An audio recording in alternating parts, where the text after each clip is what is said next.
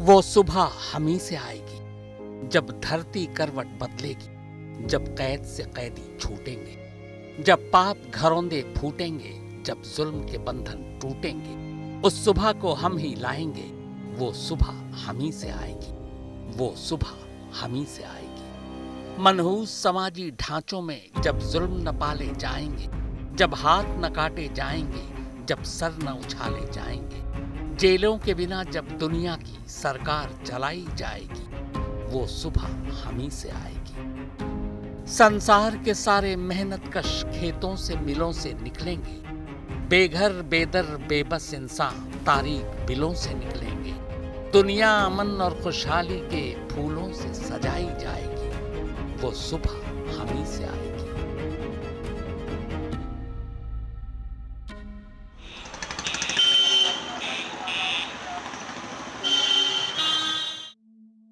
हरियाणा देश का वो राज्य जिसकी पहचान खाप पंचायतें हैं। हरियाणा भारत का वो राज्य जहां सेक्स रेशियो की दर देश में सबसे कम है।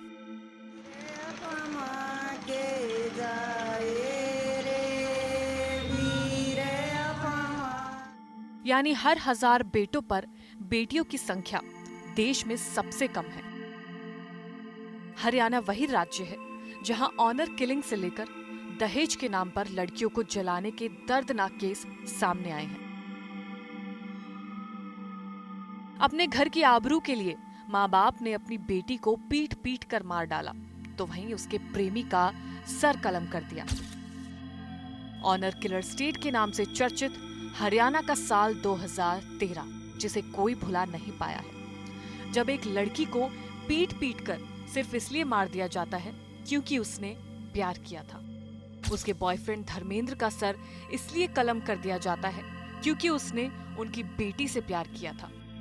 ये कत्ल करने वाले कोई और नहीं बल्कि निधि के माँ बाप थे।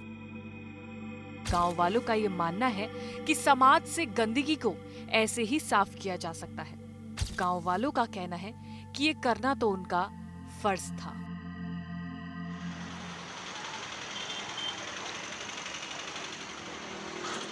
ये वही राज्य है जहां महिलाओं को बाहर काम करने के लिए जाना तो दूर, कई बार अपनी पसंद के कपड़े तक पहनने का अधिकार नहीं मिल पाता है। लेकिन अपनी इसी कंजर्वेटिव इमेज को हरियाणा तोड़ भी रहा है और अपनी इस पहचान को पीछे छोड़ रहा है। अब यहाँ महिलाओं के साथ हुए अपराधों में बस बयान ही दर्ज नहीं किए जाते, बल्कि उन पर कड़ी कार्रवाई भी होती है। हरियाणा के इस छोटे से कोने में कंजर्वेटिव सोसाइटी और पुरानी मान्यताओं के बीच कुछ महिलाओं को औरतों के खिलाफ हुए अपराधों से लड़ने का जिम्मा दिया गया है। सबको मतलब एक फीलिंग है अंदर से कि भाई हमें ना क्राइम अगेंस्ट वुमन को हैंडल करना है, रोकना है। अगर रोक ना पाए तो कम से कम हम उसको पकड़ तो पाएँ, जो क्राइम अगेंस्ट वुमन के जो हमारे क्रिमिनल्स हैं। ये महिला थाना है, यहाँ पे प्राइमरीली तो क्राइम अगेंस्ट वुमेन के ही केसेस आते हैं। Mostly domestic violence, dowry demand और रेप के भी कुछ केसेस आते हैं, और apart from that eve teasing के भी हमारे पास कुछ केसेस आते हैं। ना घर में कर पाएंगे ना बाहर कर पाएंगे।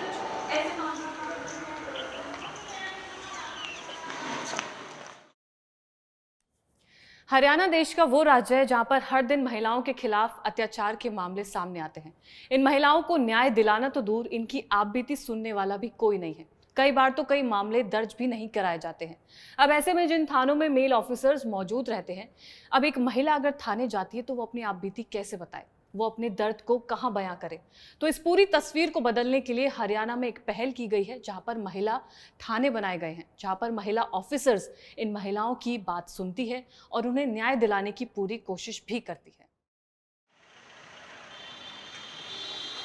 हरियाणा के हर जिले में राज्य की सरकार ने अगस्त 2015 में महिला थाना खोले थे। अब हरियाणा की महिलाएं और बच्चियां इन अफसरों के पास अपनी छोटी से छोटी शिकायत लेकर आती हैं। साल 2015 में देश में महिलाओं के खिलाफ अपराधों में हरियाणा का हिस्सा सिर्फ 2.7% था, लेकिन अपनी आबादी के लिहाज से ये आंकड़ा अलार्मिंग था। साल 2015 के एनसीआरबी के आंकड़ों के मुताबिक हरियाणा में महिलाओं के खिलाफ अपराध की घटनाएं 1 लाख महिलाओं की आबादी पर 73% के स्तर पर है। यानी कि ये बेहद चिंताजनक है। और फिर इसी साल एक बड़ा कदम उठाया गया और महिला थानों की नींव रखी गई।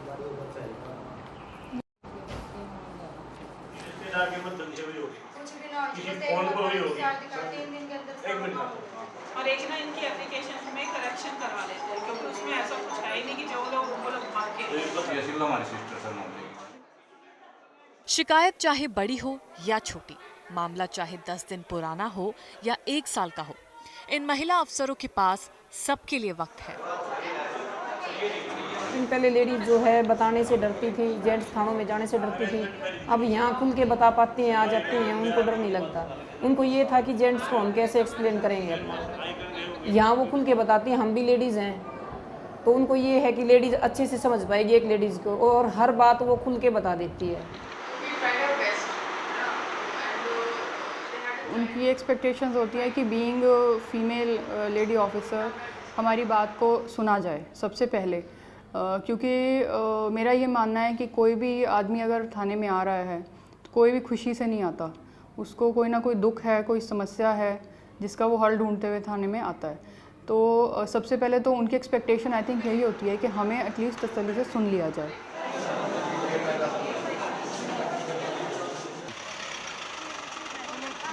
मानेंगे धमकी दे बार बार मेरा करंट लगा थे, मारो कुत्ते थे दे दे मंगा कदे नु का गाड़ी ला, कदे नु का बाइक ला। ये कि परिवार में सारे हमारे बच्चे में इतना भी खोट नहीं, इनके पेपर गिरा करता 326 रख दिए थे। इसको रखो 323 आपके साथ में ऊपर बड़ा है, आपके रूप भी बोल लेड़ा लड़की वाले के पक्ष में ना भी कोई इस बात में सच्ची मान का और मेरा अप्रोच हमारा यही रहता है कि उनको सबसे पहले तो काउंसलिंग दी जाए और उनको समझाना, उनको काउंसलिंग करना, और जो भी उनके बीच में इश्यूज़ हैं उनको देखना और कोशिश करना कि उनके जो डिफरेंसेस हैं उनको हम सॉर्ट आउट कर पाएँ, जिससे कि उनका घर बस जाए।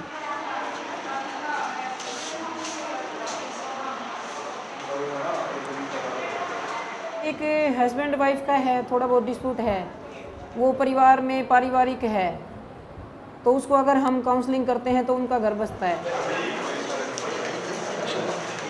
घर की बहुत पेटी पेटी थिंग्स होती हैं, जैसे खाने में ये नहीं बनाया या खाने में कुछ ज़्यादा है, कम है, तो कई बार तो बहुत छोटी बातें होती हैं। तो मैं उनको यही समझाती हूँ कि इस छोटी सी बात को लेके आप अपना घर क्यों बर्बाद कर रहे हो। अगर खाने में कुछ कमी रहेगी तो अगली बार वो ठीक हो जाएगी। इस चीज़ के आपको थाने के चक्कर काटने की ज़रूरत नहीं है। हर फैमिली में थोड़ी बहुत ऊंच नीच होती रहती है, हर किसी के सबके विचार मिले, सास बहू है, हस्बैंड वाइफ है, सबके विचार मिले ये पॉसिबल नहीं है।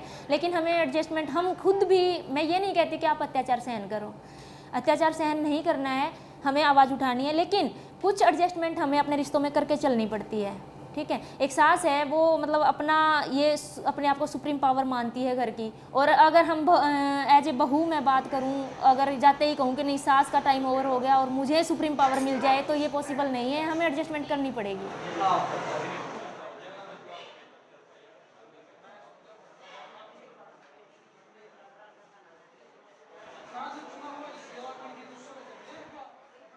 बात महिलाओं के खिलाफ हुए अपराधों की है तो केवल महिलाएं तो इन थानों में नहीं आएंगी, पुरुष भी आते हैं। याद रहे, हम उसी पुरुष प्रधान समाज की बात कर रहे हैं जहां कई बार लड़कियों के पास मोबाइल फोन और जीन्स को भी संस्कृति पर खतरे की तरह देखा जाता है। उनकी आन को इस बात से ठेस पहुंच जाती है।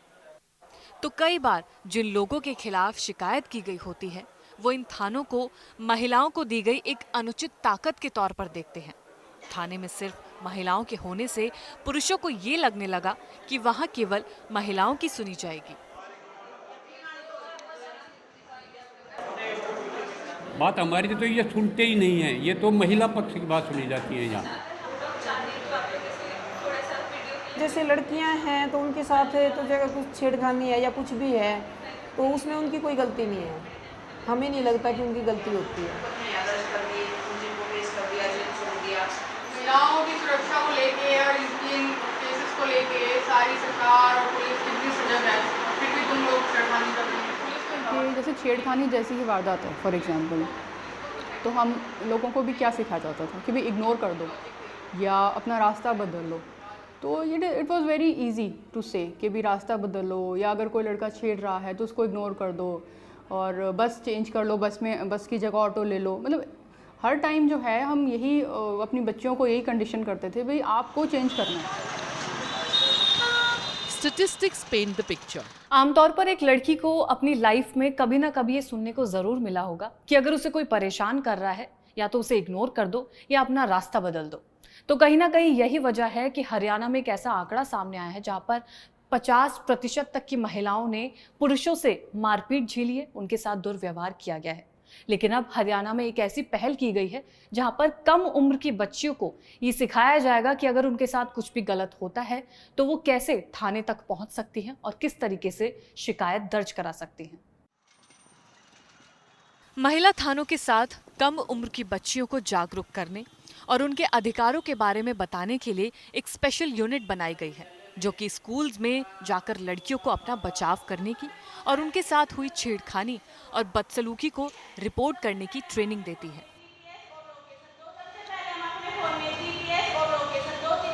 और ये नहीं है कि आप लोग इसको सिर्फ जज्जर में ही यूज कर सकते हो।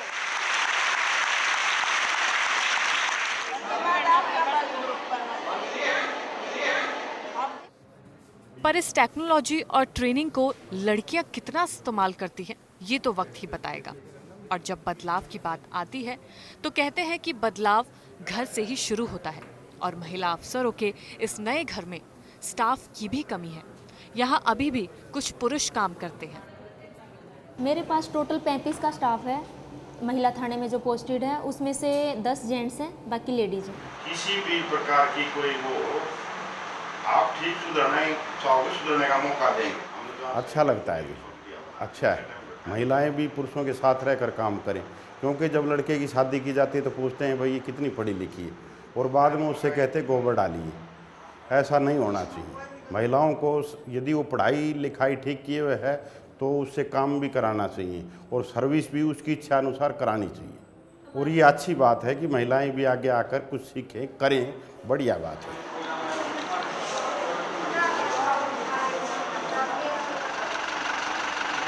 वैसे तो ऐसी कोई बेसिक नीड तो मुझे नहीं लगती कि मैं जाऊं तो मेरे साथ मेल स्टाफ रहे। मैंने देखा है हर जो कॉमन थाने का SHO होता है उसके साथ एक गाड़ी में गनमैन कार्बाइन उठा के या फिर ड्राइवर है वो गन लेके चलता है।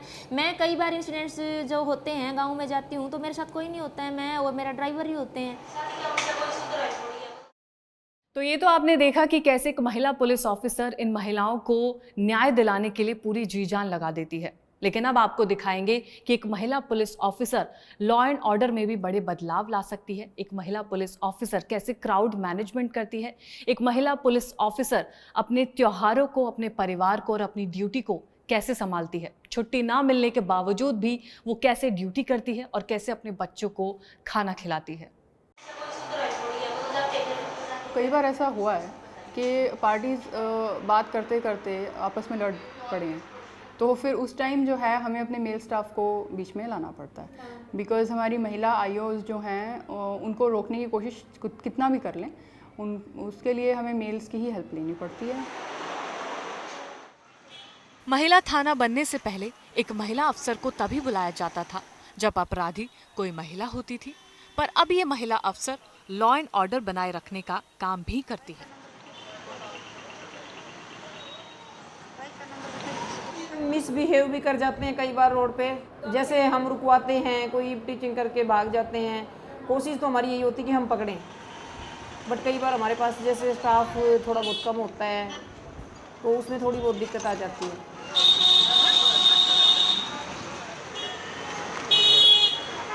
और अपना लाइसेंस RC मंगवा लें, अदरवाइज इसको इम्पाउंड कर देंगे। मैं आपको रुकवाया, आप अपना नाम बताइए। चला तो पूरा है, किसके नाम से भरे हैं?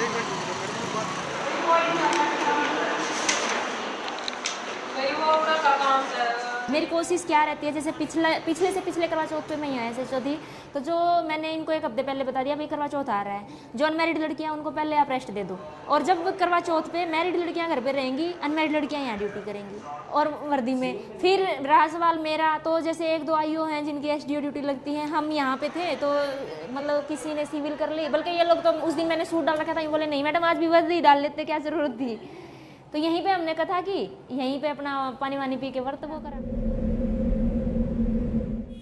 गुरुग्राम हरियाणा की मिलेनियम सिटी, राजधानी की सीमाओं से लगा एक चकाचौंध भरा शहर। यहाँ भी एक महिला थाना है और इस थाने में करवा चौथ की तैयारियां जोरों शोरों से चल रही हैं।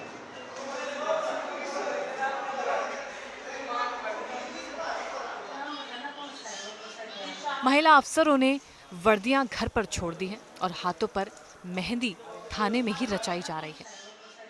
देश के लिए अपने फर्ज को निभाने के साथ साथ ये अफसर एक अच्छी बहू होने का फर्ज भी बखूबी निभा रही हैं।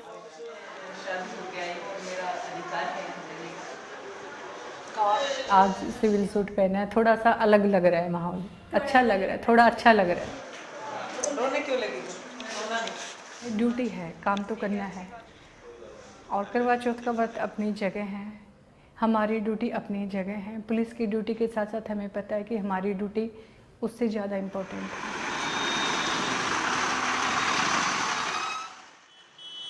वहां झज्जर में महिला अफसर सुनीता को मालूम है कि घर और ड्यूटी में एक तालमेल बिठाना उतना ही आसान नहीं है। जहां एक तरफ उनको अपने देश के लिए फर्ज है, वहीं दूसरी ओर अपने सास ससुर, बच्चे और नाते की तरफ भी। कई बार घर वालों को फर्ज का कर्ज चुकाना कितना ज़रूरी है ये समझ पाना उतना आसान नहीं होता जितना शायद एक पुरुष अफसर के लिए है। मेनली तो हमें क्या है कि जैसे त्यौहार वगैरह होते हैं तो उनकी इच्छा होती है कि उनकी बहुएं भी साथ हों, बट हम त्योहारों पे कभी नहीं हो पाते हैं, क्योंकि त्योहारों पे तो हमारी छुट्टियां वैसे भी बंद हो जाती हैं। त्योहारों पे होली है, दिवाली है और कोई है जैसे करवा चौथ वगैरह हैं, जो भी हैं मोस्टली त्यौहार इस पे हमारी नहीं होती, दशहरा वगैरह है। मैक्सिमम कई बार ऐसा होता है कि फैमिली में कोई फंक्शन है और यहाँ पे कई बार ऐसा होता है कि कोई क्रिटिकल सिचुएशन है, जैसे पीछे जाट एजिटेशन रहा या फिर कोई फैसला आना है, जैसे छुट्टियाँ बंद के आदेश आ गए और उसी टाइम वो फंक्शन है और वहाँ पे छुट्टी लेके हम नहीं जा पाते, तो उनको मतलब जैसे जो पुलिस में है हमारा फैमिली मेम्बर, उसको तो पता है कि ये दिक्कतें हैं, लेकिन जैसे सास है, अनपढ़ है, तो उनको ये लगता है कि बहू जानबूझ के हमें बेवकूफ़ बना रही है, जानबूझ के नहीं आ रही है।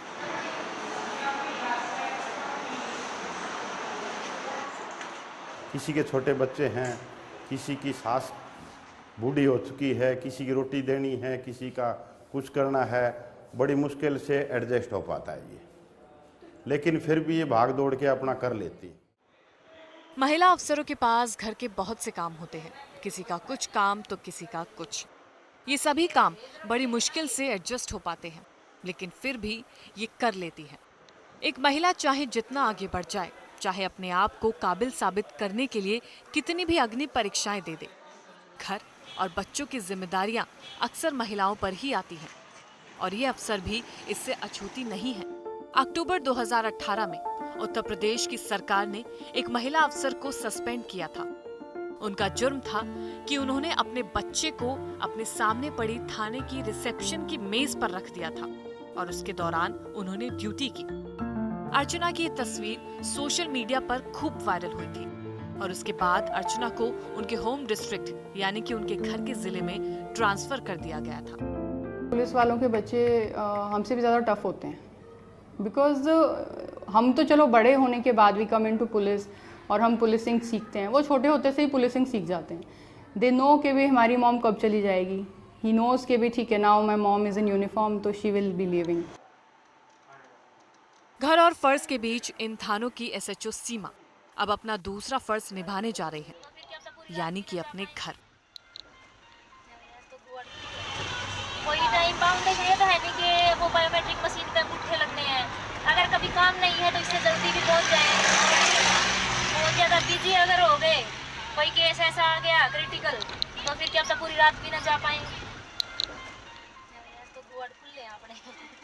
सीमा एक छोटे से सरकारी क्वार्टर में रहती है वहीं इनके 2 बच्चे स्कूल जाते हैं और उनके पति यही पास ही के थाने में हवलदार हैं।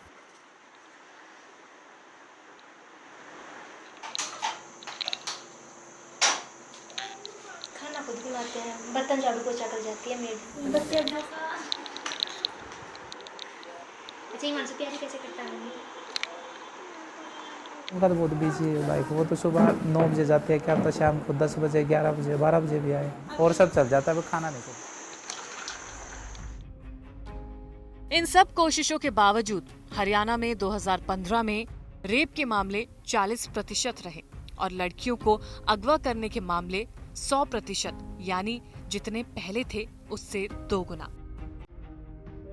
यही वो साल था जब हरियाणा में महिला थानों को खोला गया था और इन थानों की बागडोर संभालने वाली अफसरों को लगने लगा था कि ये वो बदलाव ला पाएंगी जिसकी इस समाज को जरूरत है। वो समाज जहां की महिलाएं कुश्ती और कबड्डी में तो आगे बढ़ रही हैं, पर उससे भी कहीं ज्यादा अपराधों का शिकार बन रही है। वक्त जरूर लगेगा, पर ये अफसर, ये महिलाएं इस चुनौती को पार करने के लिए तैयार है। चाहे जितना भी वक्त लगे, चाहे जितने भी लोग इनको पुरुष अफसरों से कम आंकें। वो सुबह कभी तो आएगी इन काली सदियों केसर से, जब रात का आंचल ढलकेगा, जब खुद के बादल पिघलेंगे, जब सुख का सागर छलकेगा, जब अंबर झूम के नाचेगा, जब धरती नगमे गाएगी। वो सुबह कभी तो आएगी, वो सुबह कभी तो आएगी।